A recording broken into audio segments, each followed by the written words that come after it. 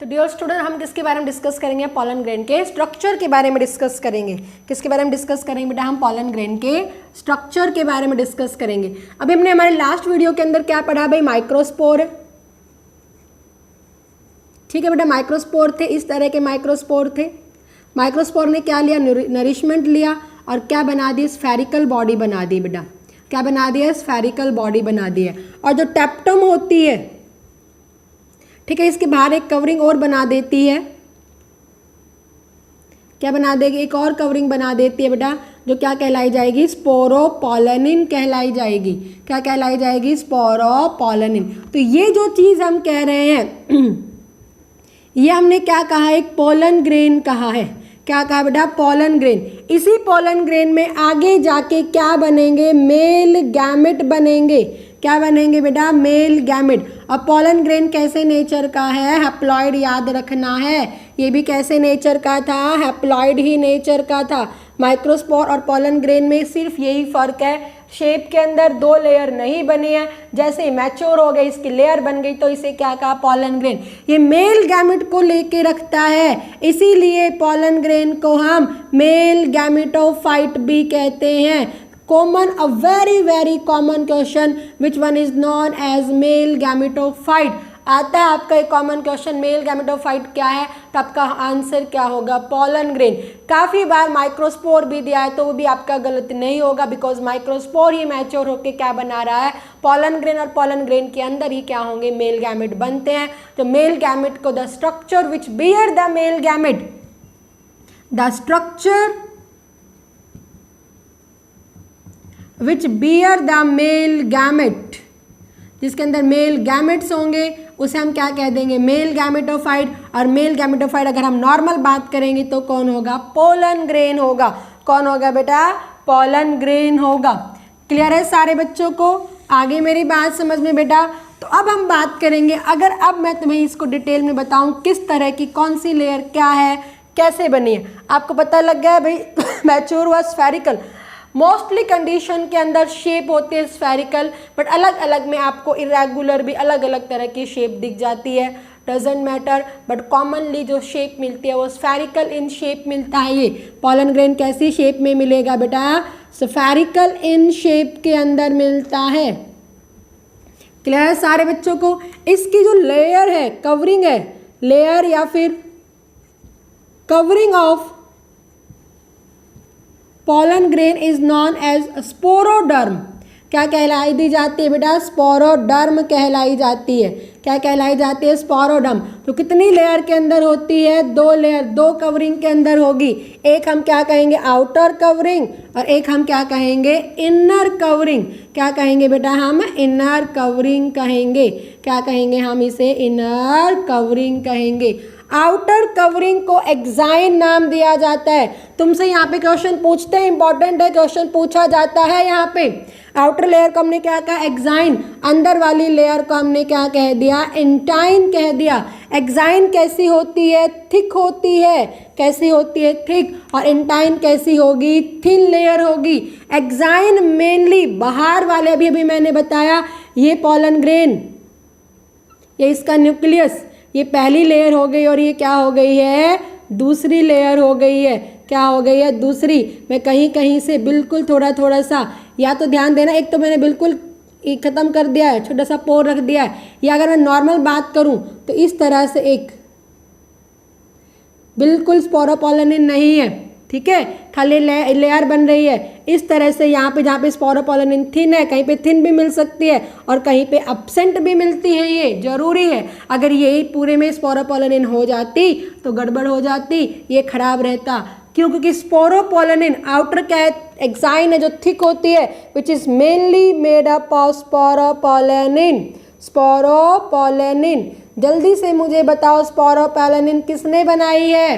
Very good, किसने बनाई है? टेप्टम ने, जो लिपिड नेचर की है, और उस बॉडी को हमने क्या नाम दिया था? यूबिश बॉडी नाम दिया था, जो लिपिड नेचर की है। और क्या है? Sporopollenin. The most resident structure on the earth.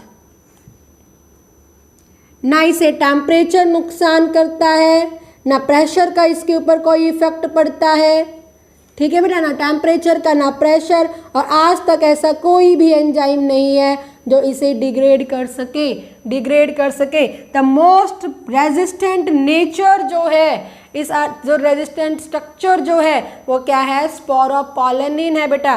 क्या है, स्पोरोपोलेनिन है, इसे याद रखना हार्ड है। इसीलिए पोलन ग्रेन लाखों साल तक प्रिजर्व रह जाते हैं। क्यों प्रिजर्व रह जाते हैं? ना टेम्परेचर से, ना हाई टेम्परेचर, ना लो टेम्परेचर, ना कोई प्रेशर से, ना कोई एंजाइम ऐसा बना है जो उसे क्या कर सके, डिग्रेड कर सके। इसलिए the most preserve structure pollen grain मिल जाते हैं। जब आपको फॉसिल फ्यूल्स की स्टडी की जाती है ना, कॉल वगैरह की, कि यहाँ पे फॉसिल फ्यूल मिल सकते हैं और मेनली कोयला मिल सकता है, कॉल मिल सकता है, तो वहाँ पे मेन रिसर्च किया जाता है कि अगर पोलन ग्रेन मिल जाए वहाँ अबंडेंट, पोलन ग्रेन वहाँ पे है तो 100% यहाँ पे क्यों पोलन ग्रेन है, क्योंकि नीचे कहीं ना कहीं पेड़ दबे हैं, तभी तो उसके पोलन ग्रेन यहाँ ऊपर है।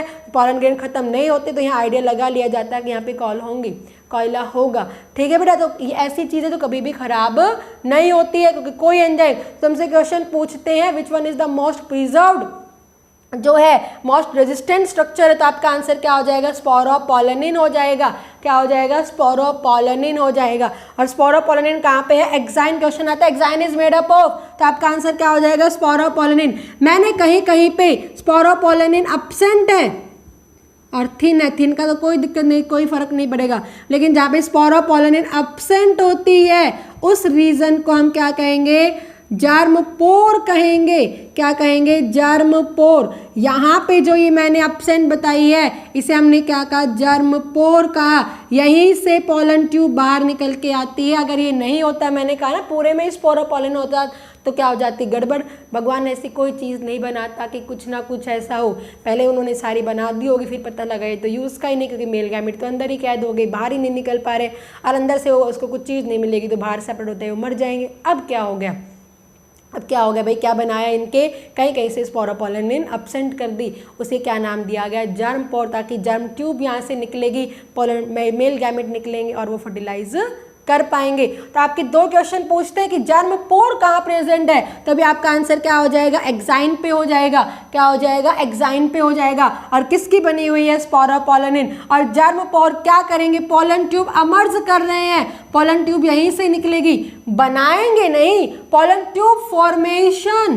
पोलन ट्यूब फॉर्मेशन कौन सी लेयर करती है, एंटाइन लेयर करेगी। ध्यान देना, जर्म पोर्स तो खाली पोलन ट्यूब बाहर आएगी, इमर्ज होगी, बाहर की तरफ आएगी, बट पोलन ट्यूब कौन बनाएगा, एंटाइन बनाएगा। तो हमने क्या कही, आउटर लेयर पढ़ ली एक्साइन के बारे में, अंदर वाली लेयर हमने क्या कहा, एंटाइन, जो थिन होती है और किसकी बनी होगी, पैक्टोस, जो नॉर्मल एक प्लांट की सेल वॉल होती है, पैक्टोस सेलुलोस, मतलब पैक्टिन एंड सेलुलोस की बनी हुई होती है। यूनिफॉर्म होगी ये, यूनिफॉर्म का मतलब क्या है, हर जगह एक ही थिकनेस है। यहाँ पे हमने कहा ना भाई एब्सेंट मिली हुई है, तो थिन है, एब्सेंट है, थिन है, तो यहाँ पे हमने क्या कहा, कैसे नेचर की हो गई है, यूनिफॉर्म, मतलब इक्वल थिकनेस है, इक्वल है।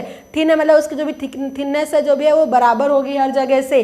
और ये क्या बनाएगी, पोलन ट्यूब बनाएगी। क्या बनाती है बेटा, पोलन ट्यूब यहीं से आती है और जर्म पोर से क्या आएगी, बाहर की तरफ आएगी, और इस पोलन ट्यूब में क्या होंगे, मेल गैमेट होंगे। पहले इतनी मेरी बात समझ में आई, इसकी लेयर के बारे में समझ में आ गया। तो लेयर को हमने कवरिंग को क्या नाम दिया बेटा, स्पोरोडर्म। तो कितने लेयर के अंदर हो गई है, बोलो मेरे साथ में, 2 लेयर्स की हो गई है। पहली लेयर कौन सी हो गई है, एक्साइन, दूसरी लेयर कौन सी हो गई, एंटाइन। एक्साइन कौन सी है, आउटर वाली, जिसे क्या नाम दिया गया है, स्पोरोपोलेनिन।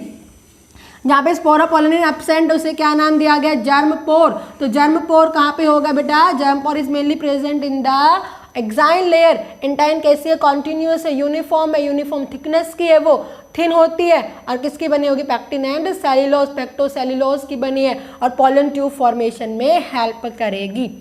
क्लियर है। अब अगर हम बात करेंगे, पोलन ग्रेन है एक्साइन पर ही, स्पोरोपोलेनिन बताया मैंने, अभी पोलन किट भी बताया एक बार आपको। इन इंसेक्ट पॉलिनेटर प्लांट्स, वहां पोलन किट किसके ऊपर होती है बेटा, यहीं पर स्पोरोपोलेनिन के ऊपर ही क्या होगी, पोलन किट होगी। क्या होगी, पोलन किट होती है। क्लियर है बेटा, आगे मेरी बात समझ में कोई डाउट है किसी बच्चे को तो थोड़ा ये भी याद रख लेना। ये हमने क्या कहा, पोलन ग्रेन। अब ये पोलन ग्रेन भी क्या करेगा, डिवाइड करेगा, माइटोटिकली इसके अंदर डिवाइड हुआ और दो तरह की 2 टाइप की सेल बना दी इसने। एक बना दी है लार्ज सेल और एक बना दी है स्मॉल सेल। लार्ज सेल को क्या कहा जाता है? वेजिटेटिव सेल कहा जाता है। क्या कहा जाता है? वेजिटेटिव सेल कहा जाता है। और स्मॉल सेल को क्या कहा जाएगा? जनरेटिव सेल कहा जाएगा। क्या कहा जाएगा? जनरेटिव सेल कहा जाएगा। अब देखो तुमसे क्वेश्चन पूछता है वेजिटेटिव सेल इस तरह से बनेंगी, ये बड़ी होगी वेजिटेटिव सेल और छोटी वाली को क्या नाम दे दिया? Generative cell. इसमें बड़ा सा वैक्यूल होता है, न्यूक्लियस इधर शिफ्ट मिलेगा, बड़ा सा वैक्यूल है बेटा, ये फूड रिजर्व करेगा। क्या करता है ये? Food reserve. Vegetative cell only किसमें? इसके ग्रोथ में रिस्पॉन्सिबल है। क्या कर रही है? ग्रोथ। ये न्यूट्रिशियस बॉडी का काम कर रही है। अब हमने क्या कहा? पॉलन ग्रेन में क्या होंगे? Male gamete. जनरेटिव इसीलिए नाम, जनरेट करेगी और ये डिवाइड करेगी और क्या बना देगी? Male gamete. भैया माइटोटिकली एक से हमेशा 2 सेल बनेंगी, इसीलिए कितने गैमेट बन जाएंगे? 2 गैमेट बन जाएंगे। जनरेटिव सेल डिवाइड होकर क्या बनाएगी? मेल गैमेट बनाएगी।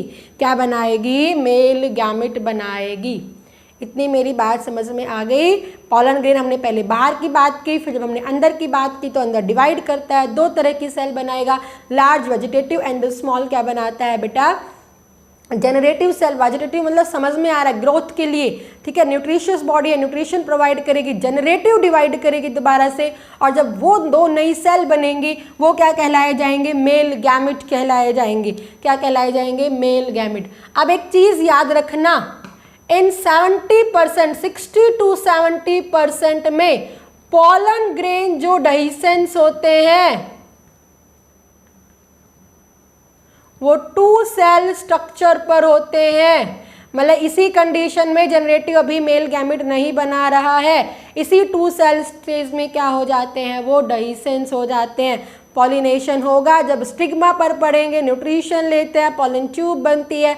आफ्टर दैट वेजिटेटिव भी कंटिन्यूसली न्यूट्रिशन प्रोवाइड करेगी। न्यूट्रिशन इसे अभी भी चाहिए, क्योंकि जब पॉलन ग्रेन भाई निकलेंगे, इमेजिन करो, उसे स्टिग्मा नहीं मिलेगा, वो वहीं रह गए, तो उसे सर्वाइव करने के लिए कुछ ना कुछ न्यूट्रिशन तो उस टाइम चाहिएगा। स्पोरोपोलिन खाली प्रिजर्व है, उसे बचाएगा नहीं, वो डेhiscence खत्म नहीं होगा, उसे बचाने में हेल्प नहीं करेगा। हर एक पॉलन ग्रेन की अपनी वायबिलिटी है बेटा।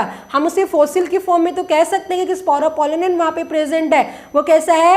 वो उसे खत्म नहीं हो रहा, तो हम कहेंगे भाई पॉलन ग्रेन है, लेकिन अंदर की चीज़ नहीं मिलेगी, क्योंकि अंदर का न्यूट्रिशन खत्म हो चुका है। तो क्योंकि 2 सेल पे जा रहा है वहाँ पे, तो वेजिटेटिव न्यूट्रिशन प्रोवाइड करेगी।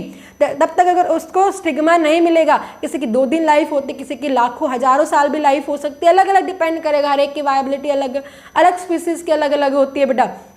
तो अगर मैं यहाँ पे बात करूँ, कमल की सबसे ज़्यादा होती 1000 ऑफ द ईयर्स, कहते हैं कि उसके पॉलन ग्रेन की एज होती है, इतनी साल तक जिंदा रहता है वो, ठीक है। तो अगर मैं आपको बात करूँ यहाँ पे इस कंडीशन में डेhiscent होता है, अगर इसको पॉलन अपना स्टिग्मा नहीं मिलेगा तो क्या होता है? ये इसको नरिशमेंट प्रोवाइड करेगी। जैसे इसको क्या मिलेगा भाई? इंसेक्ट अपनी स्पीसीज के ऊपर गिर गया जो भी है, तो यहाँ जनरेटिव सेल डिवाइड करेगी और 2 मेल गैमेट की फॉर्मेशन कर देती है। और जो बचे हुए हैं वहाँ पे पहले भी डिवाइड, जरूरी नहीं कि मैंने कहा ना सब में एक्सेप्शन मिलेंगे, तो ये डजंट मैटर, 60 से लेके 70% तक ये 2 स्टेज के अंदर ही होता है। ये हमें क्वेश्चन देखना है कि मेजोरिटी पूछे या माइनॉरिटी, नॉर्मल कंडीशन, तो ये दोनों कंडीशन पे हो सकता है डेhiscence। जब ये एंथर से डेhiscence होकर बाहर रिलीज होता है, तो at that time mostly plants के अंदर ये 2 सेल के अंदर ही होगा। जब पॉलिनेशन, आफ्टर पॉलिनेशन, काफ़ी प्लांट्स के इन प्लांट्स के अंदर जो 2 के अंदर हुआ तो पॉलिनेशन होगी, पॉलिनेशन के बाद में जब वो स्टिग्मा पे पड़ेगा तो जनरेटिव सेल डिवाइड करके क्या बनाएगी? मेल गैमेट बनाएगी। तो ये नॉर्मल अपना याद रख लेना, बट आपको जो इंपॉर्टेंट चीज़ है ये याद रखनी है कि मेल गैमेट कौन सी सेल बनाएगी, तो आपका आंसर क्या हो जाएगा? जनरेटिव सेल हो जाएगा बेटा। क्या आंसर हो जाएगा? जनरेटिव सेल्स हो जाएगा। क्लियर है बेटा सारे बच्चों को? आगे मेरी बात समझ में? एनी डाउट किसी बच्चे को? तो ये हमने क्या पढ़ लिया है? पॉलन ग्रेन का पूरा स्ट्रक्चर पढ़ लिया है। क्या पढ़ लिया बेटा हमने? Pollen grain. तो हमने यहाँ पे क्या पढ़ लिया? सारा का सारा माइक्रोस्पोरोजेनेसिस पढ़ लिया है। क्या पढ़ लिया बेटा? माइक्रोस्पोरोजेनेसिस पढ़ ली है कि माइक्रोस्पोर की फॉर्मेशन। पहले दोबारा सारा रिवाइज करवा देती हूँ। पहले हमने किसकी फॉर्मेशन पढ़ी है? एंथर की फॉर्मेशन पढ़ी है। Very good. एंथर को हमने क्या नाम दिया था? माइक्रोस्पोरेंजियम नाम दिया था, ठीक है। पहले उसके अंदर क्या बनी थी, याद करो, मेरिस्टेमेटिक सेल्स, बाहर लेयर एपिडर्मिस, मेरिस्टेमेटिक कॉर्नर पे शिफ्ट होगी, आर्चिस्पोरियल डिवाइड हुई, पैराइटल हुई और स्पोरोजिनस, पैराइटल ने 3 लेयर बनाई, एंडोथीशियम बनाई, ठीक है। दूसरी क्या बनाई इन्होंने, मिडल और थर्ड क्या बनाई, टेप्टम, जहाँ एंडोथीशियम ने एस्टोमियम, वहीं से डेहिसेंस करेगा और टेप्टम 4 काम कर रही है, नरिशमेंट प्रोवाइड करे, इसलिए पॉलीप्लॉइडी नेचर की हो गई। यूबिश बॉडी स्पोरोपोलिन बना रही है, पॉलन किट की फॉर्मेशन और कैलेज बनाएगी। स्पोरोजिनस नरिशमेंट ले रही है, स्फेरिकल बॉडी हो जाएगी, माइक्रोस्पोर मदर या पॉलन मदर सेल्स कहा जाएगा। अब उसके अंदर मियोसिस डिवीजन होगा, 1 से 4 सेल बनेगी, बट वो टेट्राइड के अंदर है, कैलोज से कनेक्ट हो रखे, वो अलग होगी, माइक्रोस्पोर बनेंगे। माइक्रोस्पोर के अंदर क्या होगा, मैच्योर होगा, पॉलन ग्रेन की जो स्फेरिकल होगा, टेप्टम इसके बाहर क्या बना देती है, आउटर लेयर बना देगी। उस कंडीशन में से हम क्या नाम देंगे, पॉलन ग्रेन। ये पॉलन ग्रेन के अंदर मेल गैमेट बनेंगे, जिसे हम क्या कह देंगे, मेल गैमेटोफाइट कहेंगे। पॉलन ग्रेन को क्या नाम दिया गया, मेल गैमेटोफाइट कहा गया। उसकी कवरिंग को हमने क्या नाम दिया है बेटा, स्पोरोडर्म नाम दिया है। कितनी लेयर के अंदर हो गई, 2 लेयर के अंदर, आउटर एंड इनर लेयर हो गई है। आउटर को हम क्या नाम दे रहे हैं, एक्साइन, अंदर वाले को नाम क्या दिया, intine, x out in onside हो गया। ये किसकी बनी हुई है, स्पोरोपोलिन। क्वेश्चन देखो याद आता है, जर्म पोर कहाँ होगा, बच्चे इंटाइन कराते हैं, जर्म पोर तो हमेशा एक्साइन पे है। जहाँ स्पोरोपोलिन एब्सेंट है वहाँ पे क्या प्रेजेंट होंगे, जर्म पोर प्रेजेंट होंगे। क्या प्रेजेंट होंगे, जर्म पोर। और जो इंटाइन है वो किसकी बनी होगी, पैक्टो। ये याद रखना बेटा, कुछ भी आ सकता है आपका, यहाँ से क्वेश्चन पूछे गए, पैक्टो सेलुलोज की है और क्या है, कॉन्टिन्यूअस। और ये किसकी फॉर्मेशन करेगी, पॉलन ट्यूब की फॉर्मेशन यही करेगी। ओके बेटा, कितनी सेल्स की होगी, पहले एक फिर डिवाइड हुई, कितनी बनेगी, 2 सेल बनेगी। पहली सेल क्या बनेगी, वेजिटेटिव सेल जो लार्ज होगी, और दूसरी सेल क्या बनेगी बेटा, जनरेटिव सेल्स बनेगी। ये क्या हो रही है, नरिशमेंट प्रोवाइड कर रही है और जेनेटिव सेल डिवाइड करेगी और क्या बना देती है, ये 2 मेल गैमेट। क्या बनाएगी, 2 मेल गैमेट बनाएगी। मोस्टली इसी condition vegetative and generative cell पे ही क्या हो जाता है, डाइसेंस हो जाएगा। फिर स्टिग्मा के बाद जेनेटिव सेल डिवाइड करेगी, बाकी किसी कंडीशन के अंदर 3 के अंदर पहले भी डिवाइड हो जाती है। ओके बेटा, और पॉलन ग्रेन को न्यूट्रिएंट वैल्यू कहा जाता है, सेलुलोज है, पेक्टिन है, क्योंकि अंदर पॉलन ग्रेन से मेल गैमेट है, तो न्यूट्रिशियस बॉडी कहा जाता है। तो इसकी टैबलेट्स बनाई जाती है, जो एथलीट्स होते हैं, खिलाड़ी होते हैं, हॉर्स रेस में हॉर्स को दी जाती है, स्टेमिना बढ़ाने के लिए दी जाती है। ओके बेटा, क्लियर। और काफ़ी को पॉलन ग्रेन से एलर्जी भी हो जाती है। पॉलन ग्रेन से एलर्जी पता है ना, जिसको पॉलन ग्रेन से एलर्जी होती है उसे क्या नाम दिया जाता है, हे फीवर। क्या नाम दिया जाता है, हे फीवर कहा जाता है। क्लियर है बेटा।